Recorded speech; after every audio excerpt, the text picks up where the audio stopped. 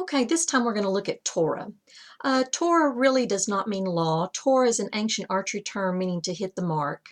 One of the things we know that Rabbi Shaul Paul said that sinning was missing the mark. So we see that Torah is a means of hitting the mark. It's a way to follow the instructions or the directions. So Torah is better understood as instructions, directions, a pattern, a path, a way.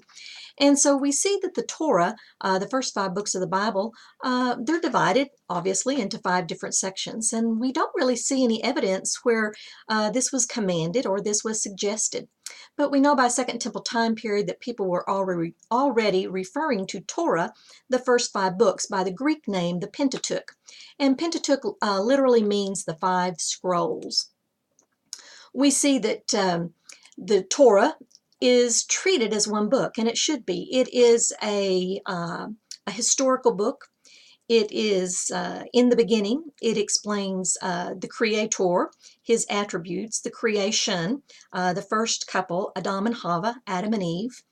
And it gives us the history of the people all the way up to the separating of the nations, the deliverance out of Egypt, and what we refer to as the Jewish people. The first 5 books are comprised of, or Torah is comprised of 5 books, Genesis, Exodus, Leviticus, Numbers, and Deuteronomy. And if you have a problem with trying to remember them in order, just remember GE lights, never dim. Genesis, Exodus, Leviticus, Numbers, and Deuteronomy. An interesting thing is that the Torah scroll itself, it's written on one long document, and it's written on pieces of parchment, kosher animal skins, that are sewn together. And the 2 poles that hold the Torah scroll are called Etz Chaim, or the tree of life. So it's very interesting that Torah is referred to as a tree of life. One of the other interesting things I'd like to mention is one of the first episodes in the 2nd century AD, where the Pentateuch is talked about. We see that there is a Gnostic Christian philosopher who is talking to a female believer named Flora.